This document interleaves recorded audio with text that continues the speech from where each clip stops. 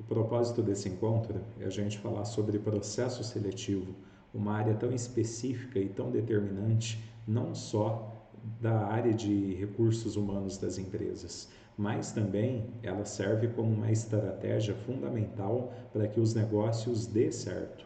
Se a gente falha na contratação, todo o processo ele acaba falhando.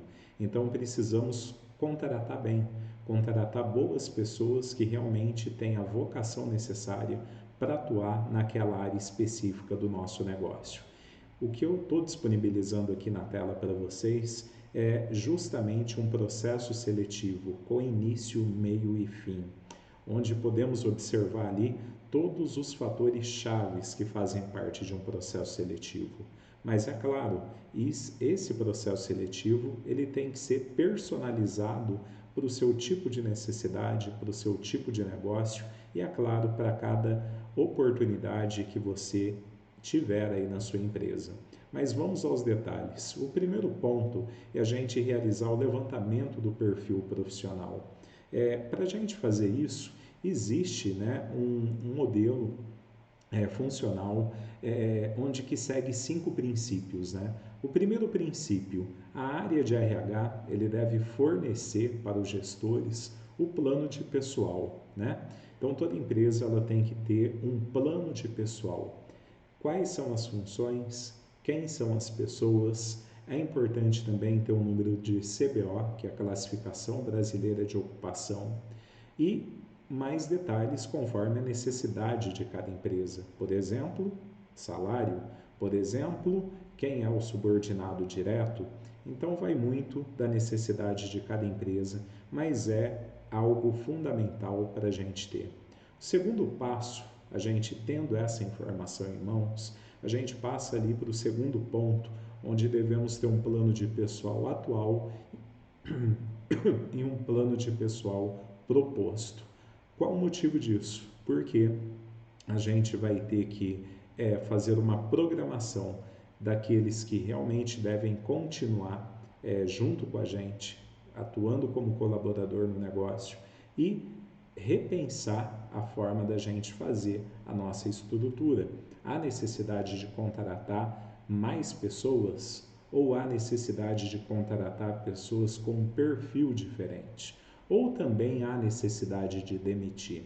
Então, ali é o momento de balancear a nossa capacidade de pessoas em relação a cada necessidade do negócio. Fazendo isso, vamos partir ali para o terceiro ponto, que é a gente solicitar a aprovação do plano de pessoal pelo nosso superior imediato. Então, cada empresa ela tem uma hierarquia, isso precisa ser respeitada, seja uma hierarquia vertical ou horizontal, mas existe também a necessidade de aprovação de outras pessoas. Então, você realizou esse plano de pessoal atual e proposto, leve essa informação para um tomador de decisão, onde que pode assinar, validar essas informações junto com você e, é claro, que também dialogar daquilo que realmente é necessário e fundamental nesse momento da sua empresa. O quarto ponto é enviar o plano aprovado para a equipe de RH e também pedir a descrição de cargo e função para você confirmar quais são as responsabilidades e atribuição para esse profissional que você precisa. E por que isso é fundamental? Imagine só você contratar um profissional para a área de manutenção, por exemplo, de uma indústria. Qual as verdadeiras responsabilidades que esse profissional vai ter que assumir? Envolve alguma certificação voltada à segurança, voltada ao conhecimento de algum tipo de equipamento específico?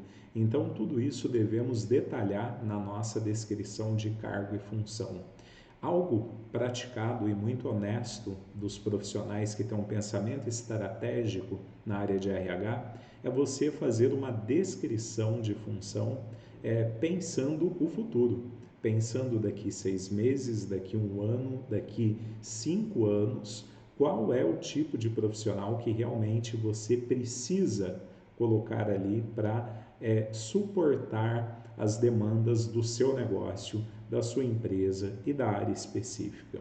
Outro ponto fundamental, o quinto item aqui desse slide, é fazer a aprovação da descrição de cargo e função junto com seu superior imediato e enviar para o RH. Essa também é uma prática necessária, até para deixar tudo muito bem documentado, estruturado esses primeiros pontos, para a gente fazer uma escolha assertiva. Creio que todos que estão aqui querem realmente praticar a melhoria contínua, né? E isso se pratica através de um processo definido, onde esse processo ele deve acontecer melhorias no decorrer, né? Então esse é um passo onde é um início fundamental para ter uma boa estrutura.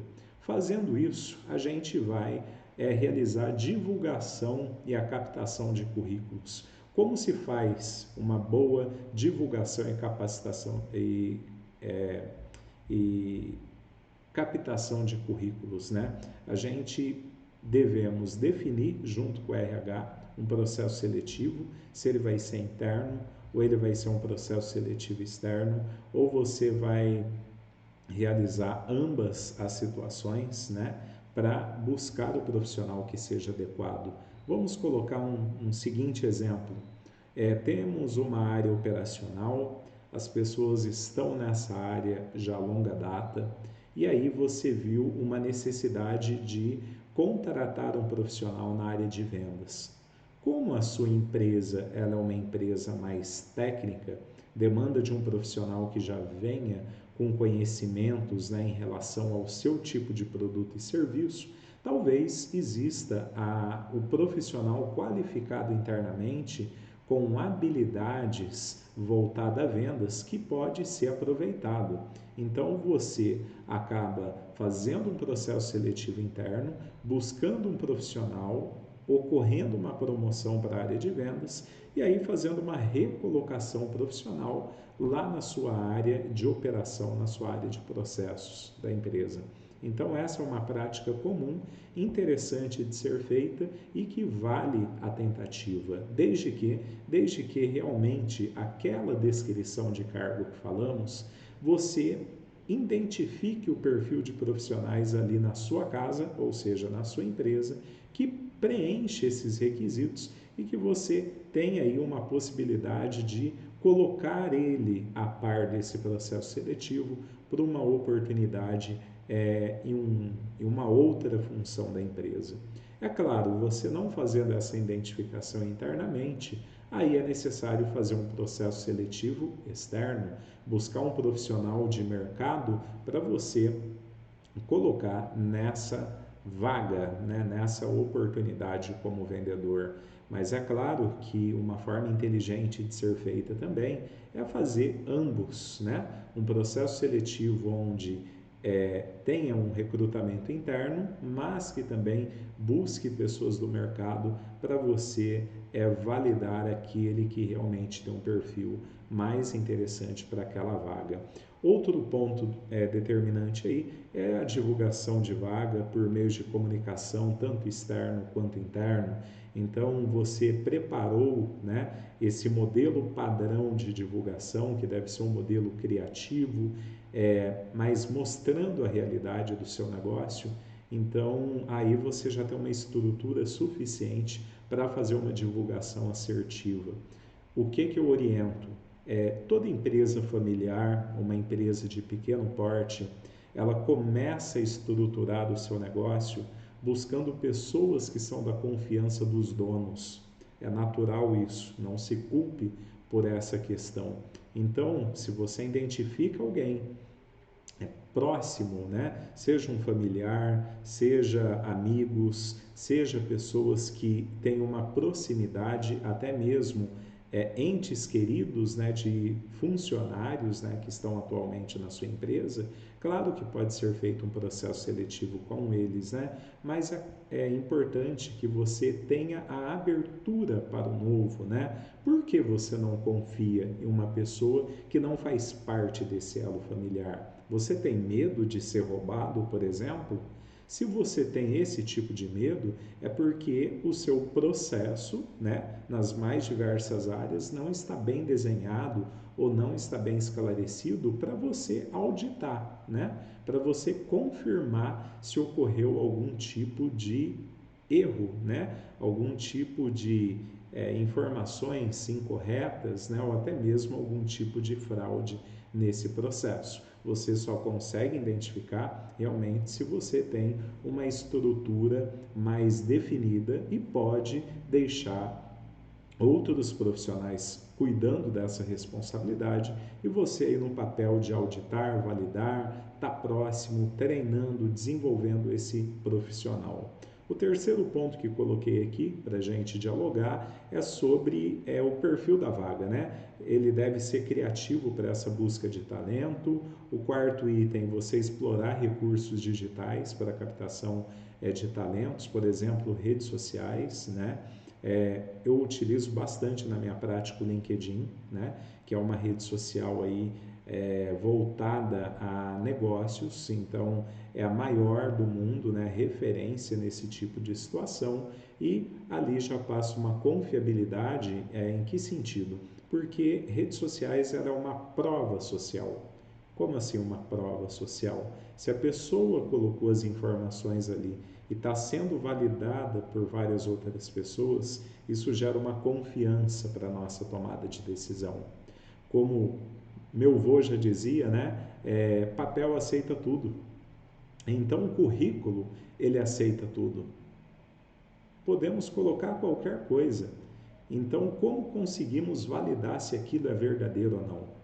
E outro ponto que é muito importante eu citar aqui, que currículo, ele é um retrovisor. Ou seja, a gente está vendo o passado da pessoa, aquilo que ele fez, mas o importante é a gente identificar aquilo que ele realmente quer fazer aqui e agora e no futuro. Então a gente precisa identificar qual é o sonho das pessoas, né? Essa pergunta eu sempre realizo em processo seletivo. Qual o seu sonho? O que você faria até de grátis? O que você faria se ganhasse R$1 milhão, né? Qual é a atividade que você continuaria fazendo, né? Então a gente deve buscar identificar realmente aquilo que a pessoa ama fazer. Bem, o último ponto aqui é estabelecer um prazo e informar todos os requisitos necessários, evitando falta de informação. Então, a divulgação ela deve ter um início e um fim, né? Ou seja, até que data é a finalização desse processo seletivo. Então a gente precisa esclarecer isso para as pessoas. E é claro, também fica claro para a nossa tomada de decisão quando existe uma data para finalizar esse processo seletivo. Então esses são passos fundamentais aí para a gente ter um bom processo seletivo. Ok? Bem, aguardo os seus comentários. É sempre válido a gente observar todos esses fatores na prática e como que está aí, né, o status da sua empresa em relação a isso. Vale você realizar um diagnóstico, né, para ver que nível está o processo seletivo do seu negócio hoje, aqui e agora, e também fazer um planejamento e rapidamente uma reestruturação naquilo que ser necessário. Obrigado.